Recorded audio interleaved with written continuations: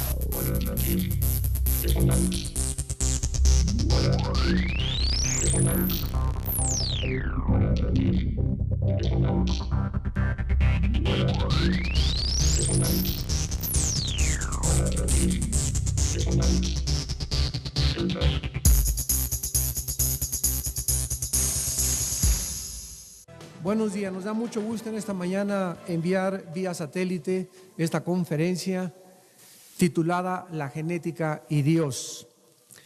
El siglo XX pasará a la historia como el siglo donde más avances tecnológicos y más descubrimientos científicos se llevaron a cabo.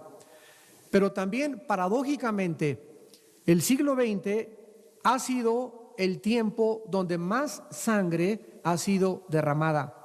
2 guerras mundiales, cientos de revoluciones y de golpes de Estado, guerras étnicas y raciales y millones de asesinatos a través de millones de abortos. También este siglo se caracterizó por ser el tiempo cuando más ateos surgieron, afectando con sus ideas el pensamiento y la filosofía humana. Hombres como Carlos Darwin, que postuló a fines del siglo XIX, principios del XX, la famosa teoría de la evolución, que todavía permea y predomina en la mayor parte de las universidades y los museos del mundo entero. Sigmund Freud, con la psique humana, atribuyendo el problema del ser humano únicamente al área de la psique. Friedrich Nietzsche, un filósofo alemán que influyó el nazismo, el fascismo y el comunismo, con su doctrina Dios está muerto. Carlos Marx, con su revolución social comunista. Jean-Paul Sartre, el filósofo francés, conocido como el padre del existencialismo. Y todos estos hombres, todos los más grandes luminarias y las más grandes mentes intelectuales del siglo XX, a excepción de Alberto Einstein, que creía en Dios, fueron la mayoría ateos. Y las ideas de estos hombres permean aún la mayoría de las universidades y de los centros académicos de investigación. Filosofías como el nazismo, el fascismo y el comunismo surgieron de las mentes como de Adolfo Hitler, Benito Mussolini, Lenin y José Stalin, todos ellos influenciados por el evolucionismo y el ateísmo que predominó en ese tiempo. Pero también el siglo XX será conocido por el increíble grado de depravación y de inmoralidad humana que jamás se había visto desde los tiempos de Sodoma y de Gomorra. Al término del siglo XX, el alcance científico considerado el más grande de toda la historia humana se llama el proyecto del genoma humano. O sea, la interpretación de toda la información genética codificada que traemos todos los seres humanos y todos los seres vivos en cada una de nuestras células. Además, nosotros nos damos cuenta que este proyecto, que ha sido considerado y todavía es el proyecto del siglo XX, es uno de los proyectos que amenazan más que cualquier otra cosa la dignidad, la moral y la creación bíblica que Dios le da al ser humano. ¿Por qué se considera el proyecto del genoma humano el más relevante del siglo XX? ¿De qué se trata este proyecto? ¿Qué consecuencias traerá, para bien o para mal, toda esta manipulación genética? ¿Acaso el ser humano estará ya pisando los umbrales de su propia autodestrucción? ¿Realmente el ser humano se considera Dios para jugar o experimentar con la vida humana como lo hicieron los nazis durante la Segunda Guerra Mundial? Pero más importante que todas estas preguntas, ¿existe alguna fuente de autoridad sobrenatural que nos pueda revelar realmente de dónde venimos, si somos o no somos simplemente tejidos o masas amorfas, y a dónde nos dirigimos? ¿Quién puede estar calificado, damas y caballeros, para poder establecer los parámetros científicos y las normas morales en las cuales el ser humano debe de vivir? ¿Quiénes son las voces a quien nosotros debemos escuchar y poder realmente decir esa persona es Dios?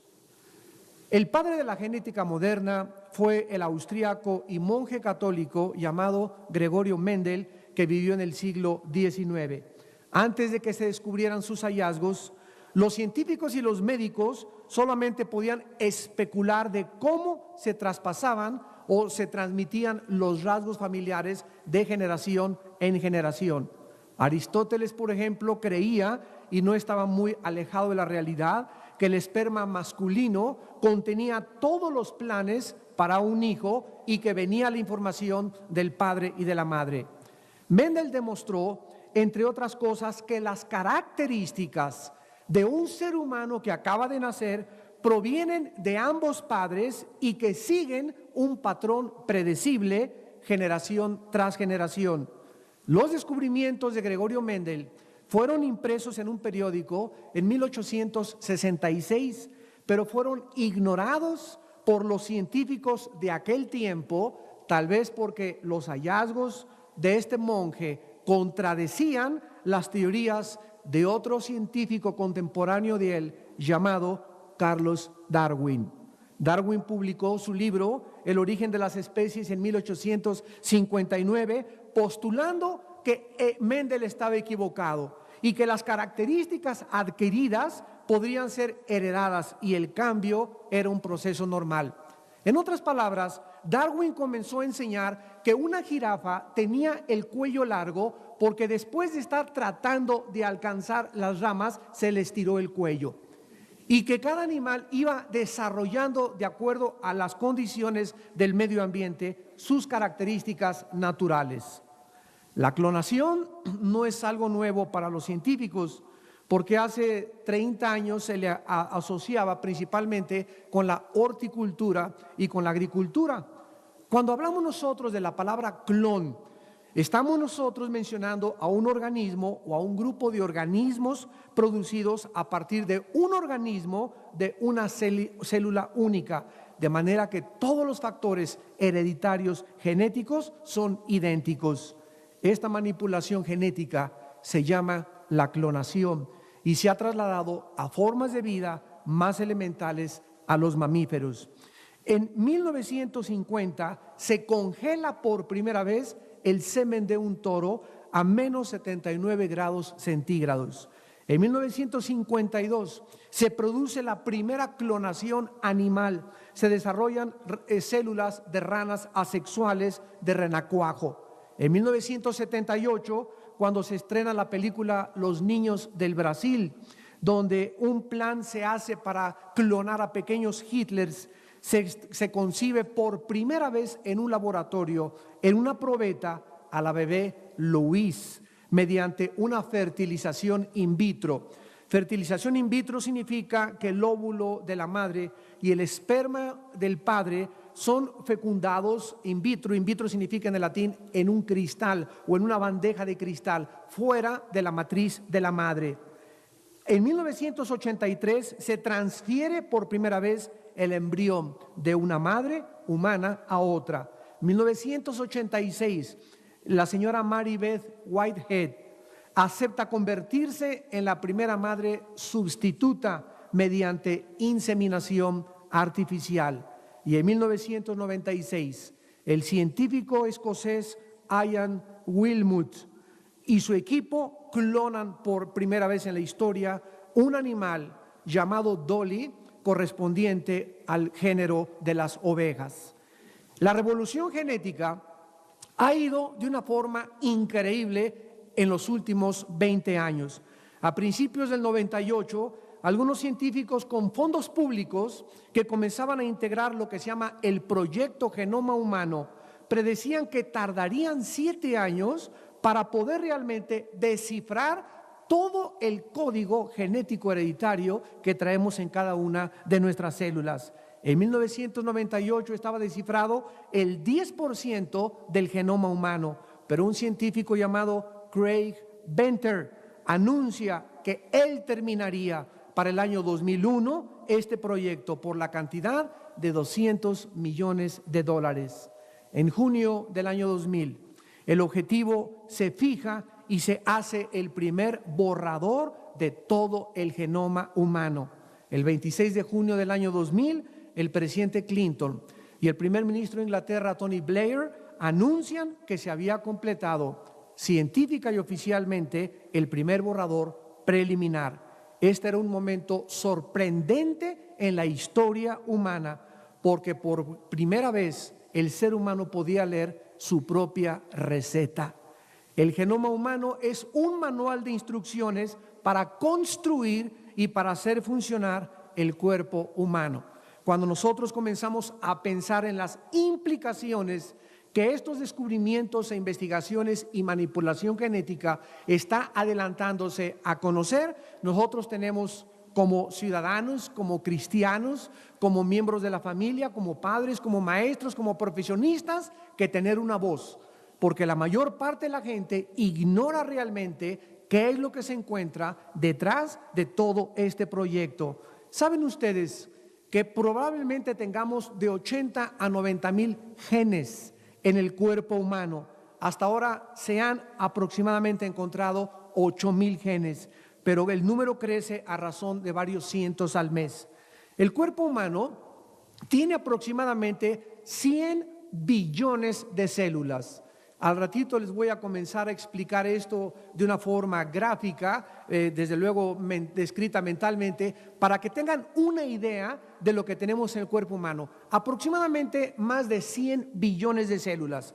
Vamos a pintar una célula como si fuera un círculo. En medio de cada célula, de las 100 billones que tenemos, se encuentra un corpúsculo negro que se le llama la célula. Dentro de esa célula se encuentran navegando lo que se llaman los cromosomas. Y dentro de los cromosomas, que vienen en pares de 23, se encuentran 2 series completas que se llaman genes. Esto es lo que se considera como el genoma humano. Y estas células nosotros las tenemos en todo el cuerpo, excepto en los óvulos de la mujer y en los espermatozoides. Todas las células del cuerpo tienen 46 pares de cromosomas, menos el esperma del hombre y el óvulo de la mujer, que tienen 23 nada más. Una serie del genoma procede de la madre y la otra del padre. Imaginémonos el genoma humano como si fuera un libro. Hay 23 capítulos en el libro que se llaman cromosomas. Cada capítulo es un cromosoma. Existen en cada capítulo varios miles de historias que se llaman los genes. Entonces tenemos 23 capítulos de cromosomas, cada capítulo es un gene y existen 1,000 millones de palabras en este libro, lo cual lo hace el más largo de los que existen y comparado a 5,000 volúmenes del tamaño cualquiera normal, o el equivalente aproximadamente a más de 1,500 Biblias. Existen estos libros y si se leyeran, se podría leer al ritmo de 1 segundo durante 8 horas diarias, tardaría 1 siglo en leerse. Lo vuelvo a repetir, si se leyera el genoma humano a un ritmo de una palabra por segundo, tardaría un siglo leyendo 8 horas diarias. Ahora bien, dentro de los genes se encuentra una sustancia que se conoce en inglés como el DNA y en español como ADN, que es el ácido desoxirribonucleico. Es una sustancia que forma los genes y en esta sustancia se encuentra la clave de toda nuestra herencia, o como dicen los científicos, el secreto de la vida. Fue hasta 1952 cuando el doctor Maurice Wilkins del King's College de Londres, usando los rayos X, capta la reflexión de la molécula del ácido desoxirribonucleico. En 1953, los doctores James Watson, que le dieron el premio Nobel, y Francis Crick de Cambridge de la universidad, elaboran y publican por primera vez el diagrama del ADN, que parecía un muelle delicadísimo. El ADN se encuentra no solamente en todas nuestras células sexuales, sino que también se encuentra en todas las células vivas, ya sea de un renacuajo, ya sea de una mosca, ya sea la brizna de una hoja, ya sea una abeja, excepto en los glóbulos rojos de la sangre. En cualquier parte del cuerpo se encuentra el ADN, menos en los glóbulos rojos de la sangre y en algunos virus. Todas las partículas del ADN tienen la misma composición química, son más o menos del mismo tamaño y parecen mucho los del perro con los de la mosca, el moho, el pan y la brizna de una hierba. Sin embargo, damas y caballeros, cada partícula del ADN encierra una clave misteriosa para hacer, escuchen señores genetistas y señores ateos, para hacer que cada ser viviente sea distinto de todos los demás. En otras palabras, en el libro del Génesis capítulo 1, más de 5,000 años antes de que Gregorio Mendel, en 1860, iniciara los primeros descubrimientos de que hay una transmisión hereditaria del padre al hijo, etcétera, etcétera. 5,000 años antes de Gregorio Mendel, la Biblia en el libro de Bereshit, que se tradujo Génesis y que fue escrito por Moisés, Dios estableció los principios de la genética de una forma que 5,000 y pico de años después, la ciencia descubre y confirma: la Biblia tenía la razón. Y esto es solamente una de tantas evidencias científicas del valor insuperable y la profundidad de este libro que se llama las Sagradas Escrituras. Dice en Génesis 1, del 11 al 12, después dijo Dios: produzca la tierra hierba verde, hierba que dé semilla, árbol de fruto que dé fruto según su género, y que su semilla esté en él, sobre la tierra, y fue así. Observen ustedes, porque la Biblia contesta la pregunta: ¿qué fue primero, el huevo o la gallina? Entonces jamás nadie ha podido contestar, porque el que diga que la gallina, pues ¿quién creó a la gallina? Y si fue el huevo, ¿verdad? Entonces la gallina tuvo que haber existido primero. La Biblia nos muestra que primero fue la gallina. Entonces Dios creó desde el principio, dice la Biblia, hierba que produjera semilla. Y cuando Dios produjo la manzana, Dios puso dentro de la manzana, dentro de las uvas, dentro del chabacano y dentro de todas las frutas que tienen semilla, dentro de cada semilla, Dios puso la información genética codificada para que la uva produjera uvas y no plátanos, y para que el chabacano y la sandía produjeran sandías. Y cuando Dios hizo a los animales, dice la Biblia en Génesis 1, versículo 21, creó Dios los grandes monstruos marinos y todo ser viviente que se mueve, que las aguas produjeron según su género, y toda ave alada según su especie, y vio Dios que era bueno. Versículo 24 y 25. Luego dijo Dios: produzca la tierra seres vivientes según su género, bestias y serpientes y animales en la tierra según su especie. Y fue así. E hizo Dios animales de la tierra según su género, y ganado según su género, y todo animal que se arrastra sobre la tierra según su especie. Y vio Dios que era bueno. Esto es maravilloso a la luz del genoma humano, porque ahora se comprueba que el esperma de un chango no produce rinocerontes, y el esperma de una jirafa no produce vacas, y el esperma y los aminoácidos que forman los músculos y que son los ladrillos de la vida de un gato han impedido e impedirán la evolución, señores científicos. Las mismas leyes de la genética bloquean e impiden que la evolución sea algo científico. Por eso la teoría de la evolución, estudiantes que me escuchan, es algo pseudocientífico que jamás se ha sido comprobada científicamente. Es una teoría. Tenemos 6,000 años de historia y jamás hemos visto que un chango se convierta en un ser humano. Ahora, ¿qué fue lo que detuvo la evolución hace más de 6,000 años? Que no hemos sido testigos de ningún cambio, ninguna mutación de esta especie. Jamás hemos visto el cambio de una especie a la otra especie, de que un mamífero se convierta en un alado o un anfibio se convierta en un mamífero. ¿Por qué? Porque la Biblia establece que Dios puso en el esperma, en las células de cada mosca. La mosca no produce moscos, produce moscas. Los moscos no producen avispas, producen moscos, y las avispas producen avispas. Esta información genética es asombrosa a la luz de las Escrituras. La Biblia jamás se ha equivocado en una sola terminología científica que ha postulado en más de 2,000 años de historia. La clave de la individualidad de cada persona, de cada ser viviente, está encerrada en un plan preconcebido al corazón, los pulmones, el estómago, el hígado y los 6,5 litros de sangre que tenemos y los 10,5 metros de intestino que tenemos cada uno de nosotros. Sus moléculas estaban preparadas por una información que alguien puso dentro de cada una de las células de los seres vivos para que esta primera célula estuviera ya el individuo completo.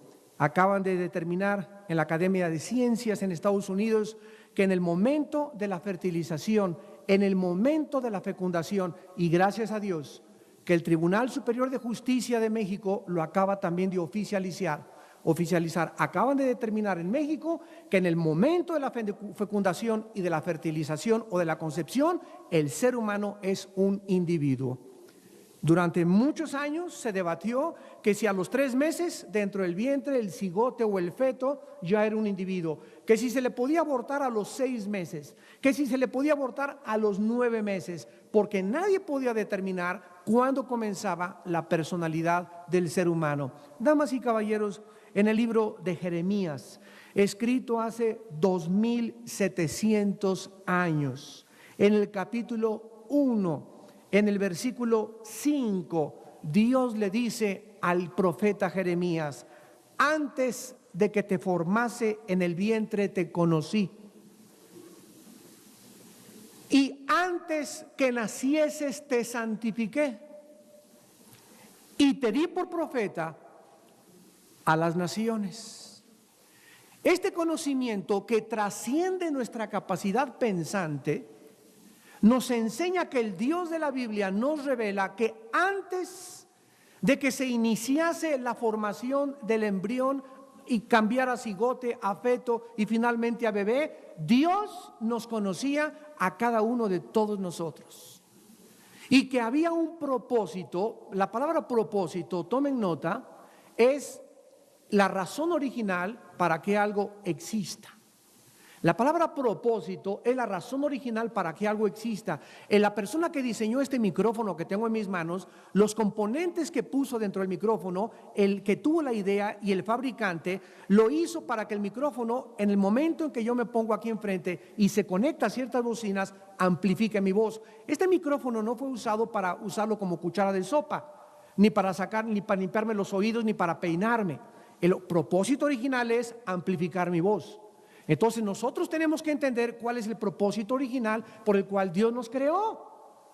¿Cuál es la razón por la cual tú vives y por la cual yo vivo? ¿Y dónde vamos a encontrar esta razón? ¿Con Sócrates? ¿Con Buda, que era ateo? ¿Con el Dalai Lama? ¿Con tu padrino Bin Laden?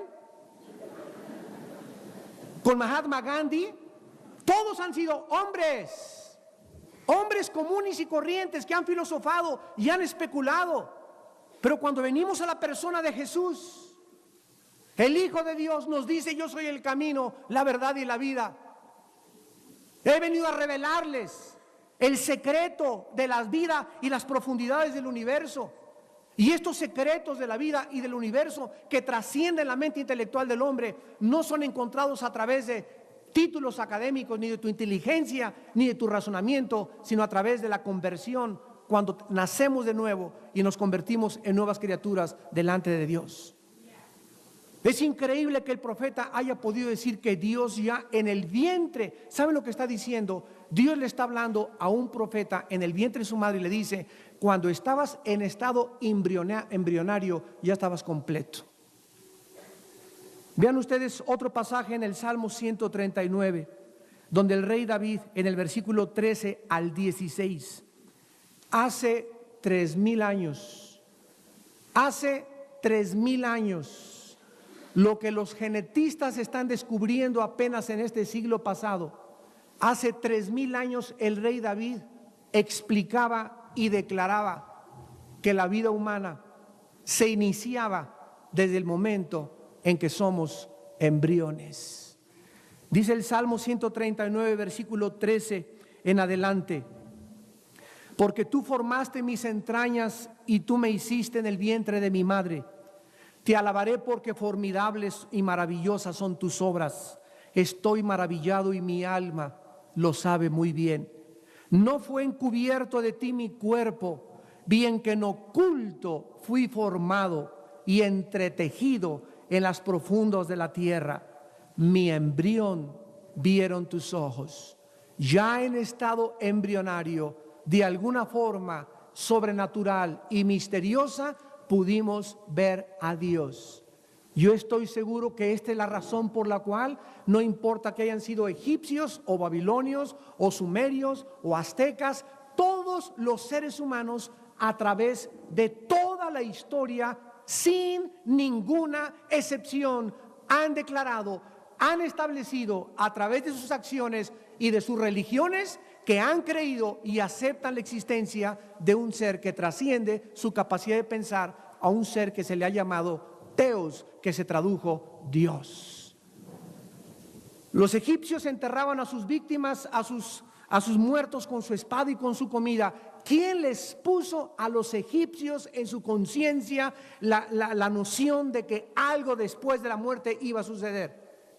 Los mismos aztecas, los jíbaros, los aucas en el Ecuador, todas las tribus de todas las civilizaciones de todos los tiempos han tenido conciencia de Dios. ¿Quién puso en el hombre esta conciencia de Dios? Esta conciencia de que no somos dioses, de que algo trasciende la vida, que no somos como los animales, que hay un propósito y una razón de vivir, que hay normas morales y que somos agentes morales libres.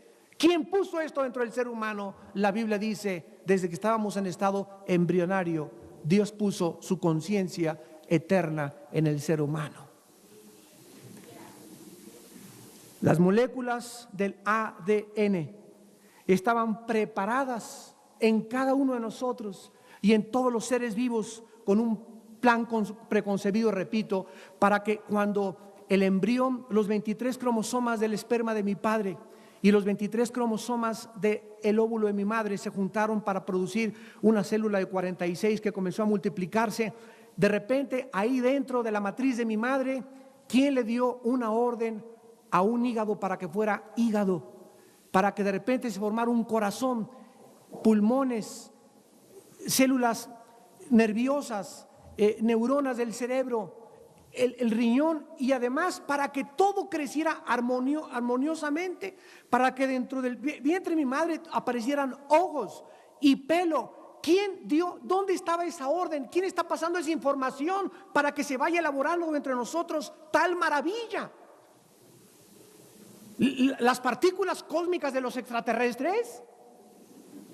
Damas y caballeros, esto es exactamente igual a que si tú fueras caminando en el desierto y te encontraras el motor de un Volkswagen, ya no digamos un cuerpo humano, y encuentras el carburador con la bomba de la gasolina, con la batería, con las bujías, que de una forma maravillosa todo trabaja en armonía para que todo trabaje junto en la ley de las probabilidades. Señores ateos que me escuchan, sería 10 elevado a la 957ª potencia, 10 seguido de 957 ceros.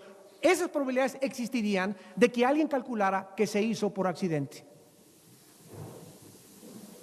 Entonces, cuando una persona se atreve a decir que fuimos hechos por accidente, está violando la racionalidad más grande y la capacidad pensante, y eso es una violación a nuestra propia dignidad, es un insulto a la razón humana. El ateísmo, dice la Biblia, es la peor necedad que existe en el ser humano, de poder creer o concluir que somos el resultado de accidentes. Como decía un profesor de universidad con el cual me peleé hace mucho tiempo, ¿usted es de los que creen que venimos de una pareja? Me dice, le digo, ¿y usted cree que son de los que venimos de chita?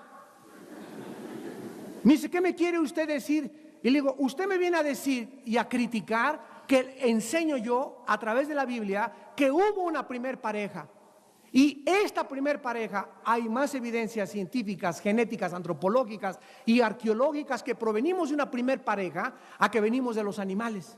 Y me contesta el maestro, a ver, explíqueme. Le dije, cuando Dios formó a Adán y Eva, la Biblia dice que los formó del polvo de la tierra físicamente.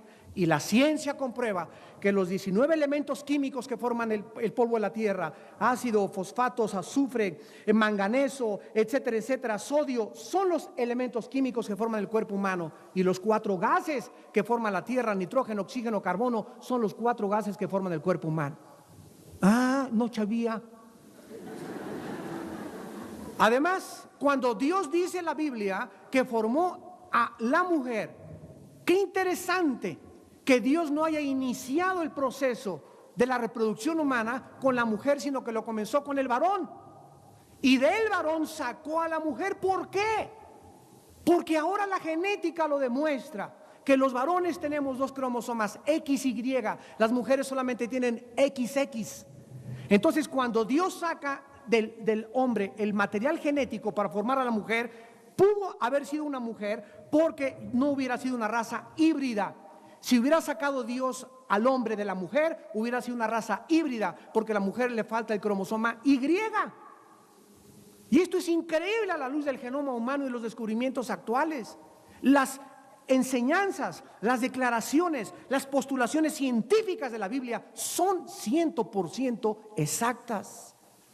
Ahora voy con usted, le dije, usted dice que venimos de chita, ¿verdad? Sí. Usted me está diciendo que por un accidente apareció un chango con órganos reproductores masculinos. Otro accidente produjo una changa con órganos reproductores femeninos, y por un tercer accidente nació un changuito. Somos 2 accidentes en medio de un accidente. ¿Puros accidentes? Esto es irracional. Pero la Biblia dice en Romanos 1, 20 y 21, profesando ser sabios, se han convertido en necios. ¿Saben ustedes que si las cintas del núcleo de una célula humana se desenrollaran y se estiraran, medirían 1,5 metros? La inmensa diversidad de la vida que está en el ácido desoxirribonucleico, el ADN, en las células del cuerpo, es increíble que pueda ser tan sencillo, debiendo ser una complejidad ininteligible. Pero lo sorprendente es que su estructura básica es sumamente sencilla. ¿Saben ustedes que consta el ADN de 2 espirales? En todos los folletos que repartimos de esta conferencia ahí se encuentra, son como espirales con travesaños que son ácidos nitrogenados, y las espirales están formadas por fosfatos y azúcares. Y en cada uno de esos travesaños se encuentra la información genética codificada para determinar quiénes vamos a ser nosotros. Cuando nosotros vemos la sencillez que aparte los científicos le han asignado 4 letras al alfabeto de la sustancia ADN, que son la letra A, T, C y G. Es increíble que toda esta instrucción que trae una célula de mi cuerpo pueda venir codificada en algo tan sencillo. Si se tradujeran, damas y caballeros, todas las palabras que están en clave en el ADN de una sola célula del cuerpo humano, se podría llenar una enciclopedia de 1000 tomos. Si se escribiera el genoma humano una letra por centímetro, el texto sería tan largo como el río Danubio, que recorre Europa en 2.858 kilómetros de distancia. Es como de aquí a la ciudad de San Antonio, Texas, ida y vuelta. Cada cromosoma que tenemos dentro del cuerpo está construida por una única célula, y colocados extremo con extremo y bien estirados, todos los cromosomas de una célula abarcarían 2 metros.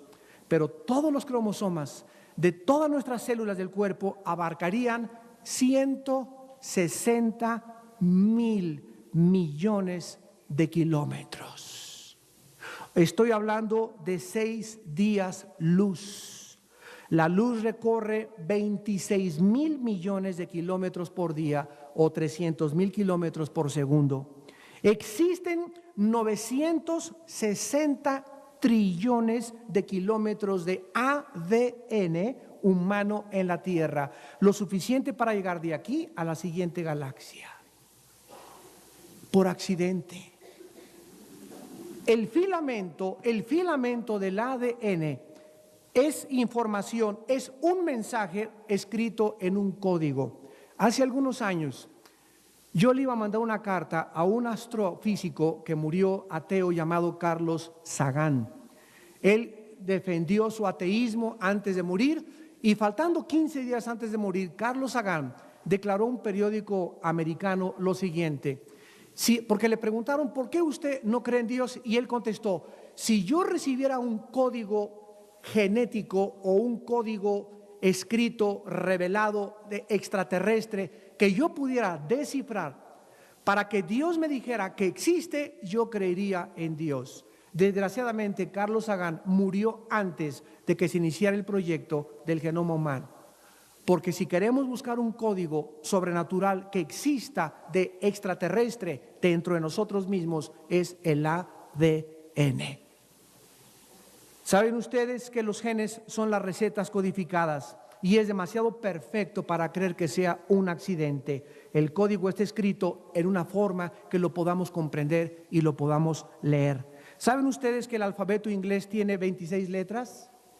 26 letras, y el código genético hereditario que traemos dentro contiene solamente 4 letras. Y aquí nos damos cuenta de que esta información tan simplificada no puede haber sido posible que haya sido realizada por un simple accidente. Ahora vamos a pasar a continuación a ver la clonación humana. ¿Qué es la clonación? Clonar a un ser humano es una producción de una copia exacta, podríamos llamarle una copia heliográfica, de una persona que ya existía. Miren ustedes, les voy a dar 4 pasos para que entiendan lo que es la clonación. Número 1. El día que se llegue a clonar a un ser humano, se tendrían que cosechar más de 15 óvulos de más de 40 madres prestadas o 40 mujeres. De 40 mujeres, cada una de esas 40 mujeres tendría que prestar aproximadamente 15 óvulos. Y estos óvulos habrían sido inyectados con drogas para facilitar la fertilización. Entonces tendríamos aproximadamente una producción de 400 óvulos. 400 óvulos de 40 mujeres. En segundo lugar, se tomaría después de que se tome el óvulo de una mujer, una célula de un varón. Porque cuando clonas, si clonas a una mujer, tiene que ser mujer. Y si clonas a un hombre, tiene que ser hombre. Es una copia, no se sabe si va a ser tu mellizo o tu hijo o qué cosa va a ser. Lo vamos a ver al final de la conferencia. Cuando se toma la célula del ser humano y se toma el óvulo de la mujer, entonces se le extirpa al óvulo de la mujer con una aguja muy delgada el núcleo que contiene el ADN, toda la información genética hereditaria.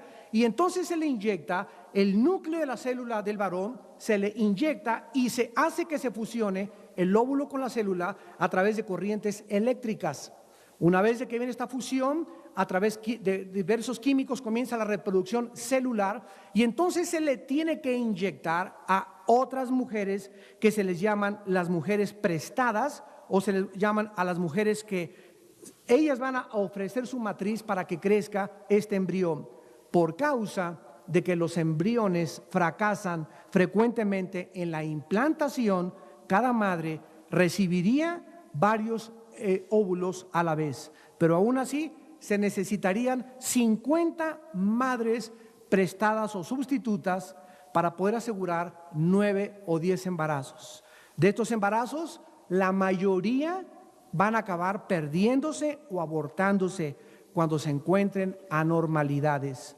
El bebé que pueda nacer, 1 entre 500, no tendrá ninguna seguridad ni ninguna garantía de que nacerá un ser humano normal. La oveja Dolly, que fue clonada de una célula de oveja ya grande, está envejeciendo prematuramente. El nacimiento de Cristo no fue una clonación, señores científicos, como un doctor hace 2 o 3 semanas me quería alegar. El primer clon fue el Señor Jesucristo. Déjame por favor explicarte lo que fue el nacimiento de Cristo. Dios puso el esperma, sustituyendo el esperma de José, porque lo acabamos de ver. Los glóbulos rojos no contienen el ADN, todas las demás células lo contienen. Si José hubiera tenido relaciones con la Virgen María, entonces Cristo hubiera heredado la sangre humana, hubiera transferido la información genética a través de la sangre José a María. Y cuando Dios determina que su hijo no nazca a través de un esperma, es porque el esperma, lo vimos en Génesis, es la semilla.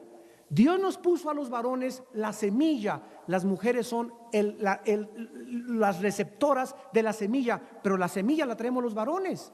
Por eso dice la Biblia, José, hijo de Abraham, hijo de Jacob, hijo de Terso, hijo de Filomeno, hijo de Chencho, hijo de Juan. ¿Por qué no dice hijo de María, hijo de esta, hijo de aquella? Porque es el hombre el que transmite la semilla, no porque seamos superiores, sino por una ley genética, hereditaria. Cuando Adán pecó, nosotros estábamos en Adán genéticamente, Romanos 5:12. Y así como el pecado entró por un hombre y por el hombre pasó la muerte a todos los hombres, así la muerte pasó a todos los hombres por cuanto todos pecaron. Oiga, espéreme tantito, ¿cómo que yo no tengo culpa que Adán hace 6,000 años haya pecado? Es que yo estaba genéticamente en Adán, ahora me lo explica el genoma humano.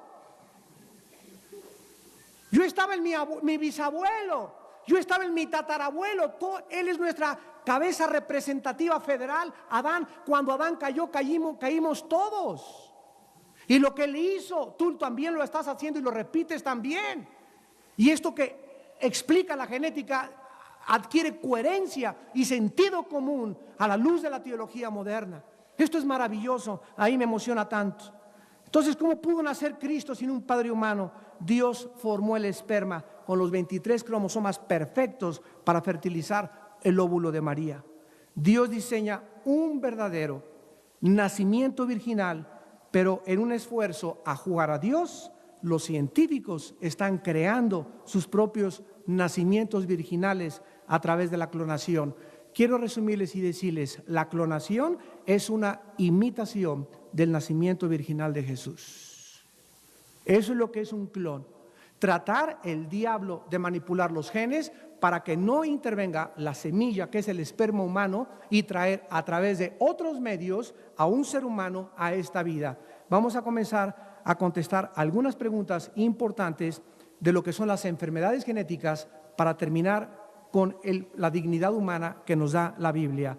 Las enfermedades genéticas están clasificadas en 450 aproximadamente hasta 1995 y quiero ver en este momento lo que representan. Hay enfermedades que son ocasionadas por cantidades anormales de cromosomas. Por ejemplo, el síndrome de Down. En el síndrome de Down, el cromosoma número 21, en lugar de ser un par, tiene un cromosoma de más. Un solo cromosoma de más en el par 21 ocasiona la enfermedad genética transmitida que se llama el síndrome de Down. Otro caso es el síndrome de Turner, que impide que un niño desarrolle características de madurez. En segundo lugar, hay enfermedades genéticas ocasionadas por mutaciones o errores químicos en la construcción de genes individuales. Si tú durante el embarazo tomas pastillas o alguna medicina, ¿se acuerdan de la famosa talidomina que comenzó a crear monstruos?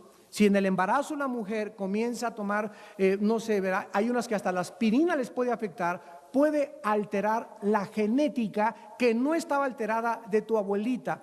Y aunque tu abuelita y tu bisabuelita no te hayan transmitido una enfermedad, mientras tú puedas estar en tu embarazo en reposo y con tranquilidad, sin tomar drogas y sin tomar alcohol ni ninguna otra cosa, tu bebé puede nacer natural. Una de estas enfermedades es la hemofilia. Otra es la galactosemia, que es una enfermedad que impide que el bebé metabolice la leche o el azúcar de la leche, que es la galactosa. Si se le da leche a un niño con galactosemia, puede llegar a morir en 2 semanas, pero por un simple cambio de dieta, el niño se puede salvar. Vemos nosotros también, en tercer lugar, las que son influidas por cantidades de genes que pueden dispararse o posponerse mediante el ambiente o la dieta. Esto es asombroso. En otras palabras, si mi bisabuelo tenía diabetes y mi tatarabuelo tenía diabetes y hay en mis gemas, en mi genoma humano, existe esa herencia de un gen de diabetes en mi familia, si yo desde niño comienzo a comer cosas naturistas y casi no tomo azúcares, ni pan dulce, ni cosas, detengo la herencia genética, la pospongo y la bloqueo totalmente. Pero de otra forma, si vengo predispuesto a obtener diabetes, una dieta desadecuada puede propulsar mi diabetes y disparármela para que antes de los 30 años tú tengas diabetes.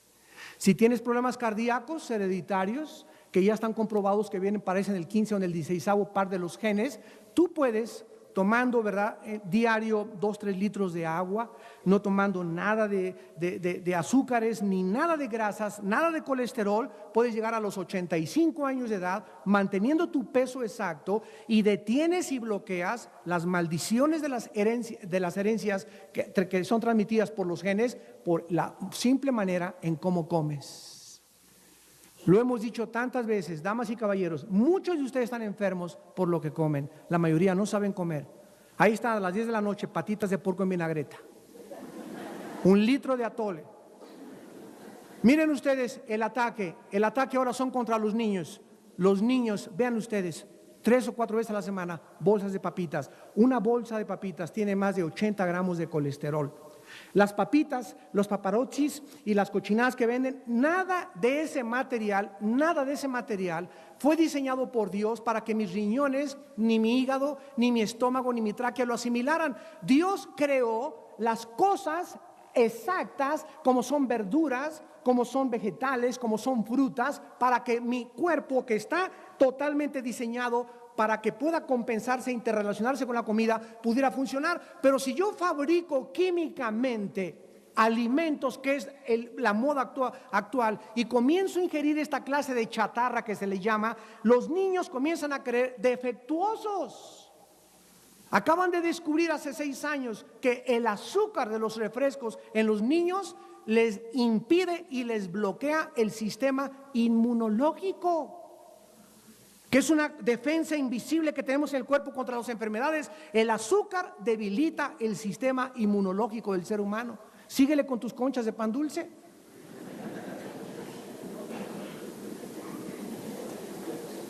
Damas y caballeros, la comprensión y la aplicación que moldean el valor. Y la dignidad humana en relación a la clonación y a la manipulación genética, señores genetistas que nos visitan en esta mañana, es absolutamente influenciada en gran medida por la perspectiva y el concepto que tú tengas acerca de qué es el ser humano. Si tienes la filosofía de un ateo, ¿verdad? El ser humano no es más que un conejillo de indias para experimentación. Pero ¿qué es lo que le da al ser humano su dignidad? La Biblia enseña que el ser humano fue creado a la imagen y semejanza de Dios. Los hombres como Darwin, Freud, Carlos Marx, Friedrich Nietzsche, Jean-Paul Sartre enseñaron que éramos el resultado de accidentes, que no hay propósito en la vida, como decía Sartre, más el que puedas encontrar dentro de ti mismo, en su libro El muro y la náusea, o como decía Carl Ridley, el autor del libro Genoma Humano, porque por cierto, el 80% de los genetistas actualmente son ateos. El 80%. Yo leí toda la obra de Matt Ridley, que está el Genoma Humano, que lo ven ahorita en todas las librerías de Sanborns y de Sams, etcétera, etcétera, un volumen de este tamaño, me lo eché más o menos como en un mes y medio, y este hombre asevera, ¿verdad?, que venimos del chango. Increíble que tenga una mente tan grande para poder valorar los genes y el DNA y no pueda él concluir. Es un desequilibrio increíble el que existe entre la mente y la razón, entre la razón y las emociones y los sentimientos. Pero vemos que están bloqueados totalmente en su entendimiento porque a muchos de ellos no les conviene creer, no es tanto intelectual, sino es de carácter moral. La santidad y la valía que el ser humano tiene radica en que no venimos de los animales. Fuimos hechos a imagen y semejanza de Dios. El hombre que murió en esa cruz hace 2000 años colgado entre el cielo y la tierra, que se llamaba Jesús de Nazaret, ese hombre Jesucristo vino del otro mundo. Él es el único extraterrestre que ha venido del otro mundo a decirnos: vengo a revelarles el camino, la verdad y la vida. Jesús dijo: yo vengo del Padre y no me creen. Si otro viene en su nombre, a ese le van a creer. ¿Saben ustedes qué ha pasado actualmente? Hay un señor que se llama Claude Bourillon. Compara con Jesús y dice que es el nuevo mensajero. Se hace llamar Rael y a sus seguidores raelianos. Es un francés de 56 años que fue entrevistado en el Canal 2 hace un mes. La vida, sostiene este genetista francés, viene de experimentos genéticos. Escuchen las barbaridades de uno de los más grandes genetistas del mundo. Tiene seguidores en 84 países con 55,000 miembros activos que no creen en Dios sino en la ciencia. El FBI, que es el Departamento de Investigaciones Federales en Estados Unidos, lo persiguió y le cerró sus laboratorios en Estados Unidos y anda buscando para venirse a vivir aquí a Tepoztlán o al Teposteco. Él quiere comenzar a clonar seres humanos en México y donde también quiere establecer una embajada para los extraterrestres, a los cuales él llama los Elohim, y son la raza, dice Bourillon, que nos creó a los seres humanos. En 1997 creó la primera empresa llamada Clonaid, con el fin de clonar seres humanos. Enseña que la vida eterna será lograda cuando se tengan los avances para guardar la memoria humana y esta pueda ser transmitida a un cuerpo clonado. Así solo habría que cambiar el cuerpo después de la muerte, por la que la existencia podría alargarse por 900 años. Enseña que la resurrección de Cristo fue una clonación realizada por los extraterrestres y que sus seguidores de Cristo creemos en los Elohim. Señor Claude Bourillon, si me estás escuchando, quiero decirte que no es coincidencia que tú les llames a los Elohim los que te mandan los mensajes, porque él dice tener comunicación por telepatía con los Elohim. Señor Bourillon, ¿sabía usted que los Elohim en la Biblia son los ángeles caídos? La palabra Elohim viene del hebreo Ben Elohim, que significa ángeles o hijos de Dios. Y cuando él dice que tiene mensajes de los Elohim y que los Elohim nos crearon, nos damos cuenta cómo los poderes invisibles del universo tienen realmente influencia sobre las mentes humanas y cómo este hombre ha llegado a convencerse de que realmente él tiene el secreto cuando todas sus enseñanzas clónicas y científicas y filosóficas contradicen diametralmente las enseñanzas de Jesús de Nazaret. Dice tener comunicación con ellos y enseña que Jesucristo nunca fue Dios. Japón es el país donde este movimiento tiene 5.500 afiliados. La empresa Clonide cobra $200,000 si quieres que te clonen a tu suegra.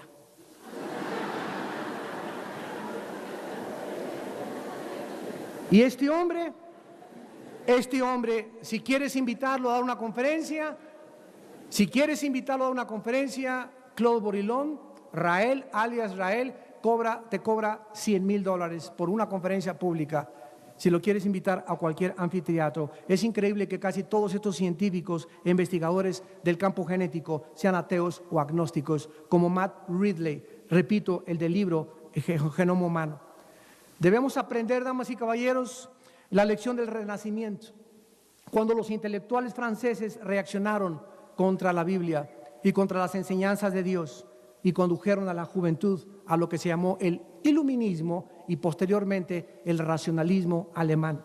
Francia se vio inmersa en una sanguinaria revolución que casi la destruyó. Al igual que Voltaire y otros que se burlaron de Dios, muchos de los actuales científicos y biólogos han comenzado a considerarse dioses, con una soberbia intelectual que les lleva a creer que en ellos está la solución para los problemas de la humanidad y que solo ellos pueden determinar qué es la vida y quién es un ser humano. Rechazan la idea de un creador y ante de quien somos responsables y esperan crear una raza como Hitler lo soñó, una super raza, sin darse cuenta que muy pronto comenzarán a crear monstruos humanos, mitad hombre, mitad demonios. Damas y caballeros, vivimos la época más peligrosa que ha vivido el ser humano. Un embrión o un feto, señores, no es solamente una parte de un tejido que palpita, es una vida preciosa como el mismo fruto del proceso creativo de Dios. Un ser humano en miniatura, una vida por nacer. La Biblia nos dice que tenemos que respetar estas cosas y cuando el ser humano se aleja de todas estas cosas, comienza a pisar los terrenos, los umbrales de su propia autodestrucción. Ahora, si un clon se lograra, ¿tendría alma? Quiero decirles que un clon no es diferente de un gemelo idéntico o de un bebé producto de una fertilización in vitro. En el caso de los gemelos idénticos, es un misterio que un solo óvulo fertilizado se divide en dos para convertirse en dos individuos con distintas personalidades, identidades y destinos. Sin embargo, la Biblia enseña que el ser humano es algo más que la química y más que la biología, porque fuimos creados a imagen de Dios. El ser humano es espíritu, tenemos dentro de nosotros un espíritu que no lo podemos ver. Ese espíritu es el que tiene contacto con Dios, el que conoce a Dios y el que sirve a Dios, porque Dios es espíritu. Mi alma es la psique que decía Freud. Freud se equivocó en creer que el problema está en la psique. El problema humano, dice la Biblia, trasciende la psique, va a una dimensión mucho más allá de la psique, que es el espíritu, y después todo esto está envuelto en el cuerpo, que es nuestra botella. Cuando tú mueras, este cuerpo se desintegra, se corrompe, pero entre nosotros sale algo que no podemos ver, incoloro, inodoro, intrascendente, que va a la presencia de Dios, que es el alma y el espíritu. Y el alma y el espíritu, después de la muerte, se enfrentan al juicio de Dios, porque el alma es tu propio yo. Entonces los clones van a tener alma y van a tener espíritu, porque en el momento de la fecundación Dios pone, no importa el proceso que sea, porque un clon no es una creación nueva, es una reproducción o una copia de un ser humano hecho de diferente forma. Un clon recibiría inmediatamente también esta herencia espiritual, que es el pecado, y el clon también sería responsable delante de Dios por sus acciones. La Biblia nos muestra claramente que un organismo clonado no es el resultado de una fertilización de un ovario por un esperma, sino un tipo nuevo de entidad biológica, jamás vista en la naturaleza. Es una abominación a los ojos de Dios. Este señor Bourillon dijo, para terminar, que él iba a demostrar en 2 años, al crear un clon, que Dios no existía. Y que le iba a demostrar al Papa también que Dios no existía. Una pregunta al señor Bourillon, Tom Pompopón. Mire, señor Bourillon, si usted dice que un clon va a demostrar que no existe Dios, porque no va a tener alma. Quiero preguntarle a usted algo. ¿Ha visto usted el alma? ¿En qué base y en qué plataforma científica puede usted asegurar lo invisible, lo intangible, y decir que un clon no tiene alma, al aseverar que usted puede determinar que no existe Dios porque no tiene alma cuando usted no conoce el alma? Yo no puedo tener un punto de referencia para decirle a un ciego: oye, ¿conoces la nube? Fíjate que es blanca como el algodón. No tengo un punto de referencia porque jamás ha visto ni siquiera el algodón. Este hombre está rayando en la irracionalidad, pero así lo dijo en el noticiero del Canal 2. Yo voy a demostrar que los clones, al clonar a una persona, que Dios no existe porque no van a tener alma. ¡Qué cosa más absurda! Profesando ser sabios, se comienzan a envanecer en sus razonamientos y comienzan a discrepar absolutamente de la coherencia de la mínima lógica elemental. Y es el tiempo en que nosotros, como cristianos y como seguidores de Jesucristo, comencemos a levantar la Biblia. Y lo vamos a hacer cada sábado en el Canal 4.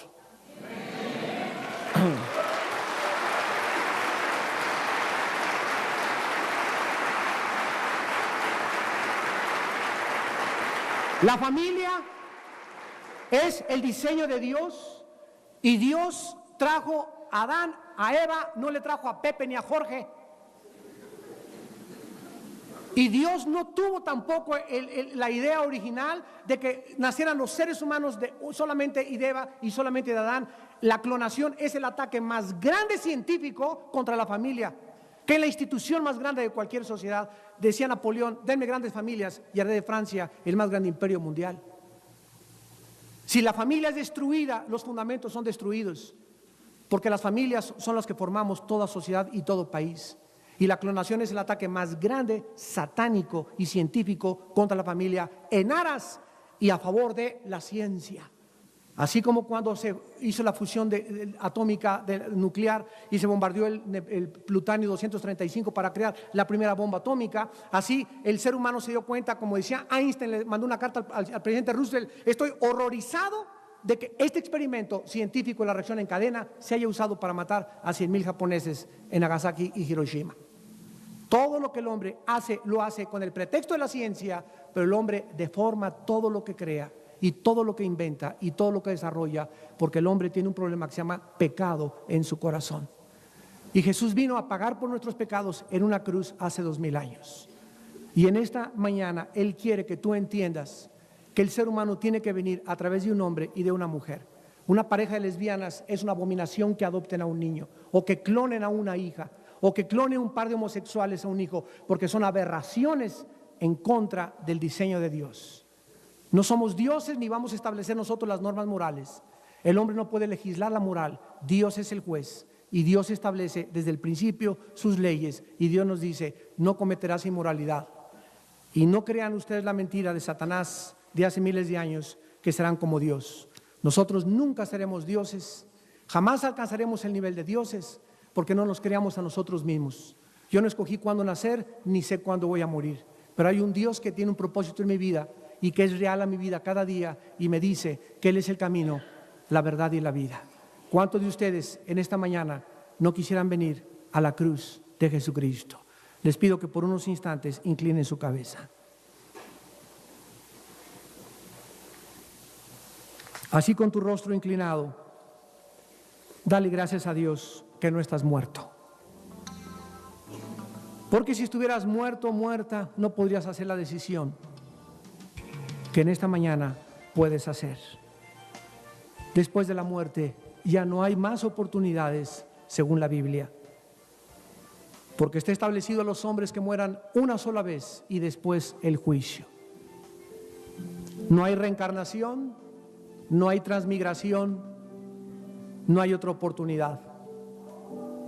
Después de la vida nos enfrentaremos y daremos cuentas al Creador del universo.